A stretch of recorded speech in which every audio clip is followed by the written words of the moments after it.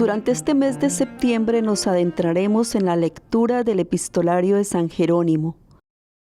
Así podremos tener la experiencia de caminar con él las significativas etapas de su vida.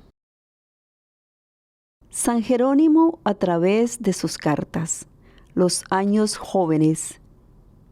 Se cree que fueron entre el año 347 y 358 después de Cristo. Buena parte de los datos biográficos sobre los años jóvenes de Jerónimo provienen fundamentalmente de las cartas escritas desde el desierto de Calcis, y se explica por qué esa etapa es una de las más intensas de su vida. En la soledad del desierto cobran pleno relieve aún las cosas más insignificantes, y esa soledad se puebla de los recuerdos y de las añoranzas de las cosas y de las personas que se han dejado atrás. Jerónimo, al abandonar Occidente, camino de Antioquía, donde le esperaba la experiencia del desierto, dejaba una situación oscura entre amigos y familiares, de cuyo lado un súbito torbellino le había arrebatado. Era lógico que en la comunicación epistolar de la nueva etapa que empezaba, fluyeran de su pluma aquellos sentimientos de que estaba más lleno su corazón. Toda la correspondencia de esta época tiene una misma preocupación: recuperar la relación amistosa y familiar de un círculo de amigos con quienes ha compartido momentos decisivos de su vida.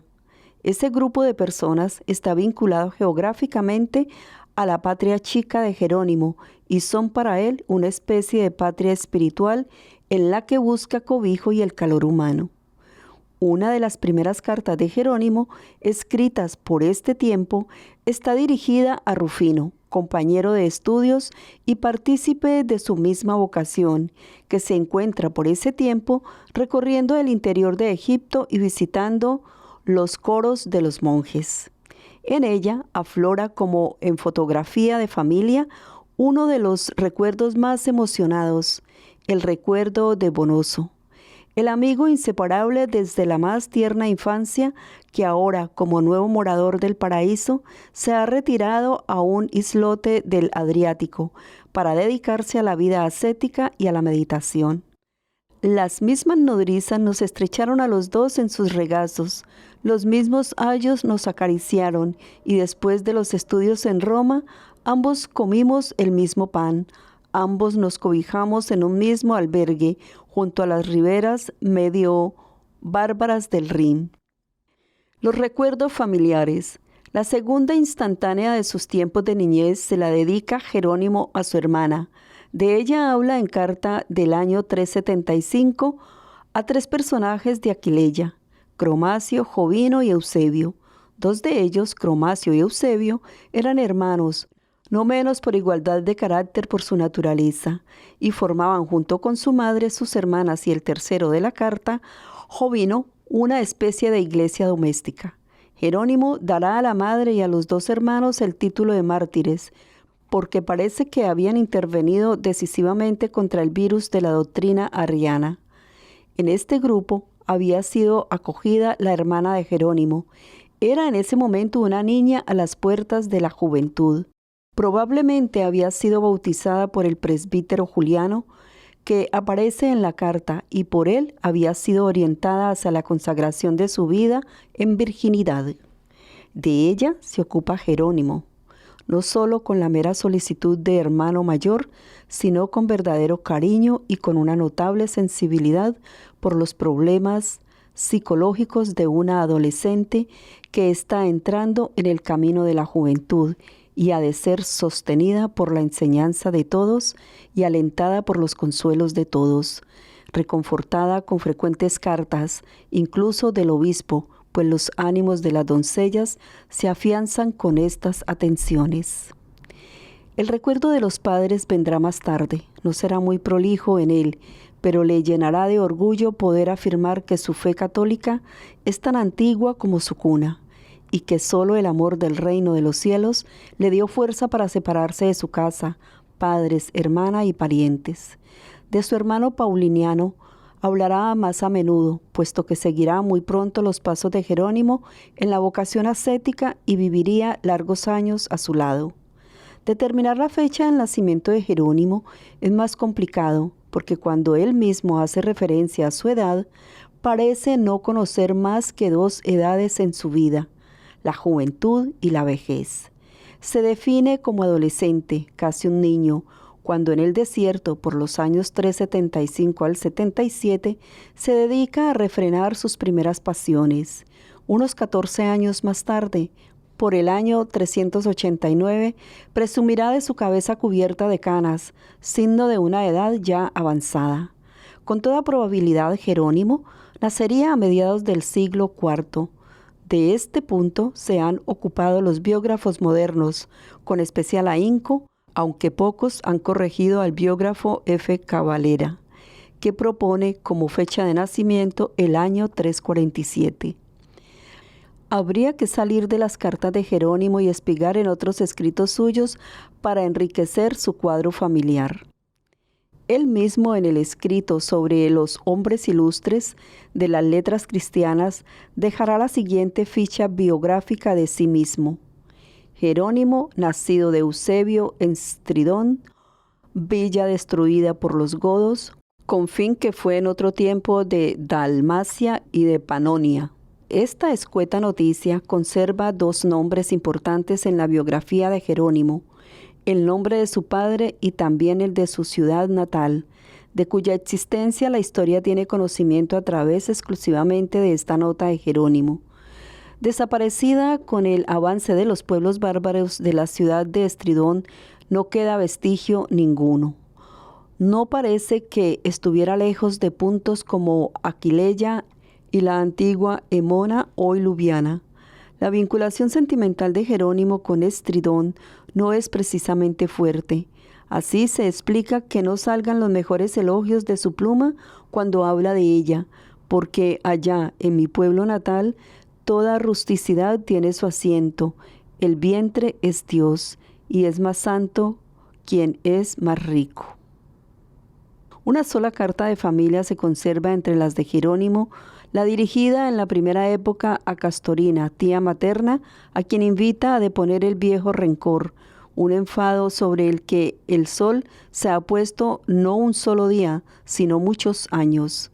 Jerónimo no explicita más, pero queda claro que no faltaron problemas en sus relaciones familiares.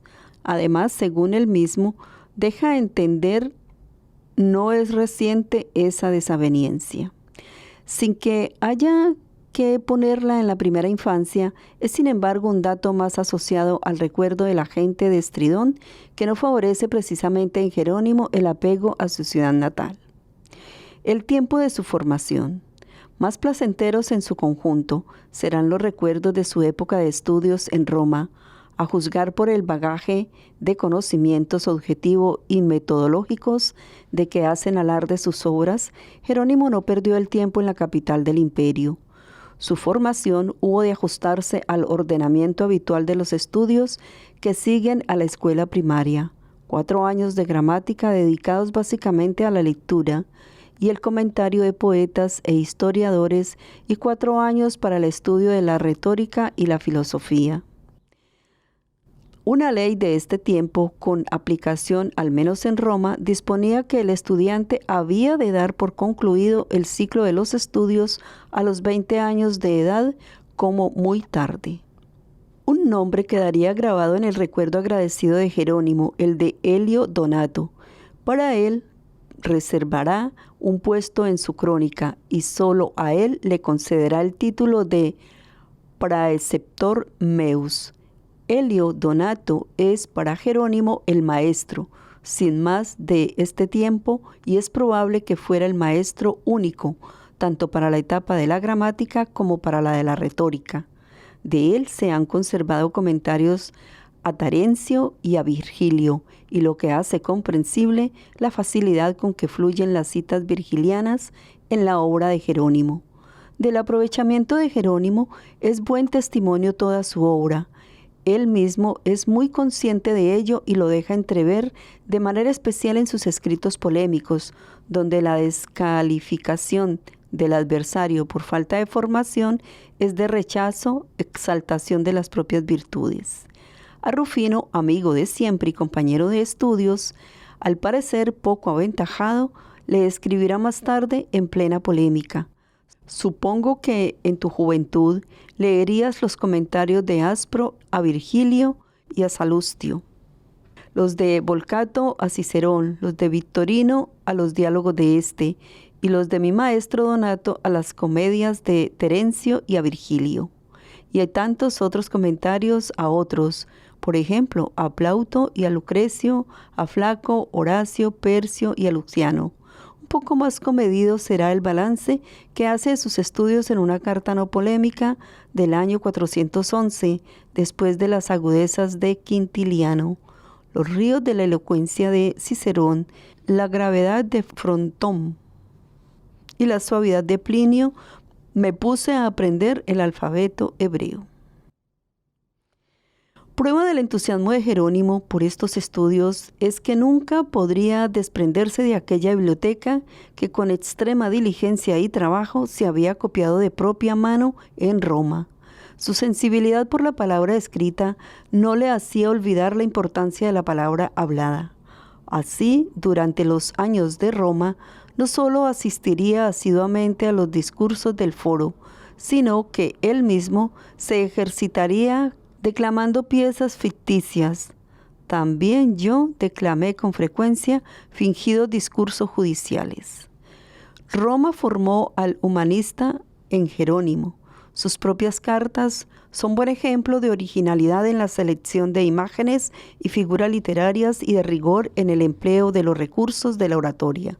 Sus composiciones literarias fluyen con la espontaneidad y limpidez de lo que se hace sin esfuerzo ninguno. El juicio que Paulino dedica al joven Paulino de Nola es justamente el juicio que él mismo se merece mejor que ninguno de sus contemporáneos en las letras cristianas.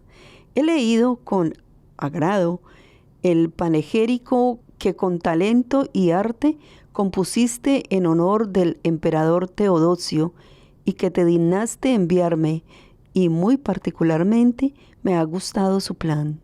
El estilo es conciso y claro, y aún brillando con pureza tuliana, es rico de pensamiento. Hay además fuerte trabazón en la materia, y un punto depende de otro. Todo lo que tratas o es conclusión de lo anterior o introducción de lo que sigue.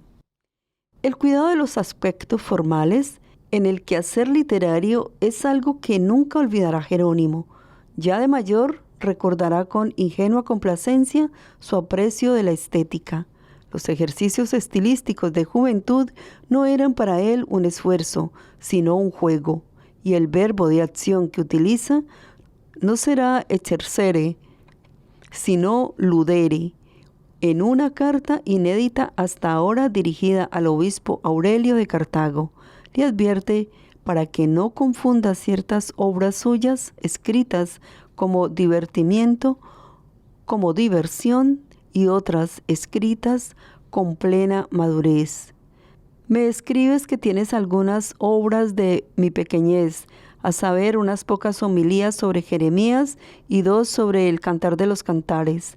Siendo todavía un jovenzuelo y a ruegos de su hermano, y a ruegos de un hermano, jugué con ese tipo de ejercicio del que exceptúo las 2 homilías sobre el Cantar de los Cantares que traduje en Roma a petición del bienaventurado Damaso. En aquella obra, llevado por mi edad, me permití juguetear con ciertas florituras y como aún hervían en mí los estudios y las reglas de la retórica, pinté algunas cosas con florecillas de estudiante. De Roma se llevó Jerónimo, además de su formación y de su biblioteca, el afecto de un inviolable puñado de amigos como Rufino de Concordia, más conocido como el de Aquileia, Heliodoro de Altino y Panmaquio, y sobre todo el recuerdo de la vida cristiana y la íntima alegría del bautismo. De esta habla con orgullo en las 2 cartas que escribirá al Papa Damaso desde el desierto. El bautismo se va a convertir para él en el vínculo que más fuertemente le unirá con Roma. Se trata de una unión afectiva, por una parte, y de adhesión doctrinal a la cátedra de Pedro por otra. El bautismo le confiere una curiosa conciencia de romanidad interior. Dice que el confucianismo arriano que le rodeaba y le presionaba durante su estancia en Antioquía, le decidió a él, hombre romano, a dirigirse a la cátedra de Pedro en busca de alimento para su alma, pues en ella había recibido en otro tiempo la vestidura de Cristo. Este será el argumento para insistir una vez más ante el mutismo de Damaso. Como ya dije antes, yo he recibido la vestidura de Cristo en Roma. Extraña la parquedad con que Jerónimo se refiere a su bautismo. Por otra parte, el hecho mismo testimoniado por él de su celebración en Roma ilumina no pocos aspectos de la época estudiantil y, en primer lugar, sin quitar nada a la sinceridad de sus confesiones posteriores sobre los pecados de juventud, no parece que las delicias romanas descarriaran gravemente al hombre romano de Estridón. Los mismos estudios, llevados como los llevaba él, tenían que absorberle plenamente. Él mismo reconocerá más tarde, recapitulando el efecto que estos hacían en él, dice: los poemas de los poemas, la sabiduría de los clásicos, la pompa de las palabras retóricas, todo esto agrada por su suavidad a todo el mundo, y al arrebatar los oídos con versos que corren dulcemente modulados, penetran también el alma y encadenan lo íntimo del corazón. El corazón de Jerónimo, tan fuertemente encadenado por el estudio, no es fácil que tuviera muchos espacios libres para las liviandades de la vida, que indudablemente sí que conoció. El círculo de amigos, a juzgar por la trayectoria que cada uno de ellos va a seguir, tampoco parece que fuera un obstáculo, sino más bien todo lo contrario, para la maduración de la fe cristiana que Jerónimo había vivido en su propia familia. En varios de sus escritos recogerá las menudas experiencias de fe hechas en compañía de sus amistades a lo largo de su estancia estudiantil en Roma. Recuerda la impresión que le hacen sus visitas a las catatumbas, diciendo: inmersos en una noche lóbrega que nos traía a la memoria el verso de Virgilio, horror por doquier y silencio que petrifica el alma. No es posible determinar con qué frecuencia asistía a las reuniones de la comunidad, pero se admira de la asiduidad y del fervor con que el pueblo acude a las iglesias y a las memorias de los mártires, y le sobrecoge el amén, pronunciado por los fieles, que resuena como un trueno y llega con su eco hasta los templos vacíos de los ídolos. No se puede decir que estas vivencias religiosas sean por sí solas tan profundas como para provocar en Jerónimo la decisión por el bautismo. En todo caso, significan una cierta familiaridad con la vida cristiana, tal como ésta se expresa en la liturgia y en el culto externo a los santos. Si la vida de fe de Jerónimo no es en estos años un dechado de profundidad, tampoco se puede decir que estuviera del todo aletargada. Esa fe tuvo la fuerza suficiente como para llevarle al bautismo, que recordará de mayor como la gran experiencia que marca su vida de estudiante. Sin embargo, su formación religiosa deja mucho que desear.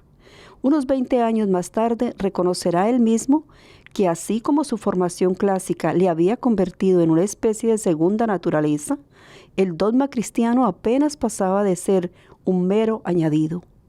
Admito que me equivocaba en mi juventud y que, formado en los estudios de los filósofos, es decir, de los gentiles, ignoraba en los comienzos de mi fe los dogmas de Cristo, al pensar que en los apóstoles se hallaba lo mismo que yo había leído en Pitágoras, Platón y Empedocles. El Jerónimo posterior consideraría a este Jerónimo recién bautizado como un párvulo en Cristo. Terminados los estudios en Roma por el año 367, comienza una etapa apresurada y confusa en la vida de Jerónimo. Una frase escueta lanza una tenue luz sobre este tiempo. Rememorando en carta a Rufino la vocación de Bonoso, el amigo común, Jerónimo se eleva en oración a Cristo y le presenta los propósitos del amigo y los suyos propios. Dice: Tú sabes que fui yo el primero en quererte servir, cuando después de nuestros estudios en Roma, ambos compartimos mesa y albergue junto a las riberas semibárbaras del Rin. Este viaje hacia el norte en compañía de Bonoso probablemente no se limita a una única ciudad. Treveris es lugar cierto de estadía.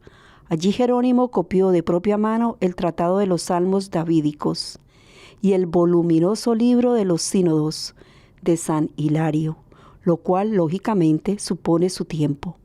Pero el conocimiento que demostrará más tarde de las principales ciudades germanas y gálicas permite pensar que no estuvo confinado exclusivamente en Treveris. No es fácil adivinar con precisión cuál fue la intención de Jerónimo en este viaje, pero su ocupación de copista en Treveris es particularmente orientadora. ¿Qué puede significar este interés repentino por la literatura cristiana? El puro valor literario no parece que sea todo lo que busca. De Hilario en concreto, piensa Jerónimo, que se eleva sobre el gálico conturno, adornándose con flores de Grecia, se pierde a menudo en largos periodos y está muy lejos de ser lectura para hermanos demasiado sencillos. ¿Cómo se justifica que quien piensa así del escritor Hilario dedique un tiempo precioso a un trabajo improbo para copiar todo un tratado y un voluminoso libro de ese autor? ¿No hubiera bastado con una lectura sosegada? Pero esta noticia sobre el trabajo de copista realizado por Jerónimo está probablemente en conexión con la otra de la carta a Rufino, en la que dice con claridad que en ese viaje, hecho en compañía del amigo Bonoso, empezó él, el primero, a querer servir al Señor. Para ello necesitaba un bagaje especial. Quien, embebecido en los clásicos, se había pertrechado con una biblioteca copiada de propia mano, una vez decidido al servicio de Cristo, era lógico que hiciera algo semejante. Es decir, Treveris supuso el primer acopio de lo necesario para el nuevo camino de Jerónimo. Consideraba Jerónimo que esas obras que con tanto ahínco había copiado eran alimento para el alma cristiana, que ha de meditar día y noche en la ley del Señor. Hay una circunstancia cronológica en el anterior pasaje de la carta a Rufino que conviene sopesar todavía. Es la referencia a los estudios de Roma. Después de los estudios de Roma, cuando en las orillas semibárbaras del Rin compartía con Bonoso mesa y albergue, no es la única vez que Jerónimo relaciona su vocación, aunque sea solo cronológicamente, con los estudios romanos. En el prólogo al comentario de Abdías, escrito a finales del año 396 y dedicado a Panmaquio, se desahoga Jerónimo con el amigo evocando aquellos tiempos mejores, más dulces que la luz del día, en los que después de dejar la escuela de los retores, emprenderíamos caminos dispares. Yo y Heliodoro nos preparábamos para la soledad del desierto sirio de Calcis. De este tiempo vivido a orillas del Rin, data precisamente un primer comentario del profeta Abdías. Es un trabajo de orientación místico-alegórica. Jerónimo lo hace impulsado por su ardiente amor a la Sagrada Escritura. Se encuentra, según retrospectiva tardía, en la adolescencia. Había leído aquello de que todo es posible a quien tiene fe, pero aún no sabía que existían carismas muy diversos. Él, sin embargo, por el hecho de conocer la literatura profana, pensó que estaba capacitado para leer y comentar un libro propiamente sellado, como el de Abdías, y no parece que le costara mucho trabajo ni mucho tiempo sacar a la luz esta que posiblemente fue su primera obra exegética. El tiempo le había hecho olvidar aquel trabajo primerizo. Daba por perdido este comentario hasta que muchos años después un joven venido de Italia le trae un ejemplar y se lo muestra entusiasmado de la obra. Por muy mal que uno escriba, dice Jerónimo, que pensó, siempre encuentra un lector a su altura que le haga honor con su ignorancia. Jerónimo, en ese trance, hubiera querido expresar su pudor con la cabeza bien baja. Era yo entonces un niño, dice, y aún no había aprendido a escribir. Por el contrario, ahora quedan lejos aquellos tiempos de audacias juveniles y piensa que algo ha tenido que avanzar en estos 30 años de sudor en la obra laboriosa de servicio al Señor. Lo mejor iba a ser comenzar un nuevo comentario y superar la obra del ingenio pueril, con otra más propia de la madura senitud. Si al Abdías de juventud le separan 30 años del Abdías de la madurez, quiere esto decir que Jerónimo ya hacía sus primeros ensayos exegéticos por el año 367, es decir, muy poco después de los años de formación en Roma. El que el ejemplar del inmaduro Abdías venga de Italia hace más que verosímil que Jerónimo había encarrilado su futura forma de vida y el tipo de trabajo con el que quería servir al Señor, ya en época muy cercana a los estudios. Esa referencia a la conclusión de los estudios en Roma trata de situar cronológicamente el periodo inmediatamente anterior al retiro de Calcis.